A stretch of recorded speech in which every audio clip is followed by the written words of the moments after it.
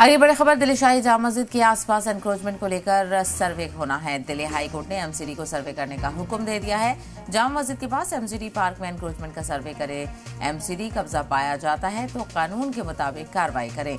सर्वे की रिपोर्ट 2 महीने के अंदर कोर्ट में दाखिल करने का हुक्म दिया गया है। पता चले कि फरहत हसन और दीगर की अर्जी पर हाई कोर्ट ने यह हुक्म दिया है। दिल्ली शाही जामा मस्जिद के पास कब्जे के खिलाफ ये अर्जी दाखिल की गई थी। दिल्ली हाई कोर्ट में एनक्रोचमेंट को लेकर अर्जी दाखिल की गई थी।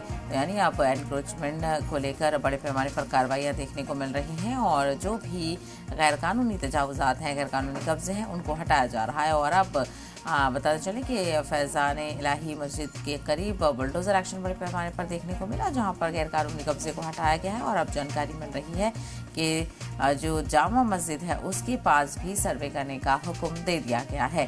तो एमसीडी को हुक्म दिया गया है और बताते चलें कि दिल्ली शाही जामा मस्जिद के आसपास जो एनक्रोचमेंट है उसको लेकर सर्वे किया जाएगा। जितना भी गैर कानूनी कब्जा है उसको खाली कराया जाएगा। दिल्ली हाई कोर्ट ने एमसीडी को सर्वे करने का हुक्म दिया।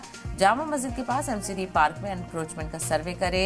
एमसीडी और कब्जा पाया जाता है तो कानून के मुताबिक कार्रवाई भी करने की हिदायत दे दी गई है।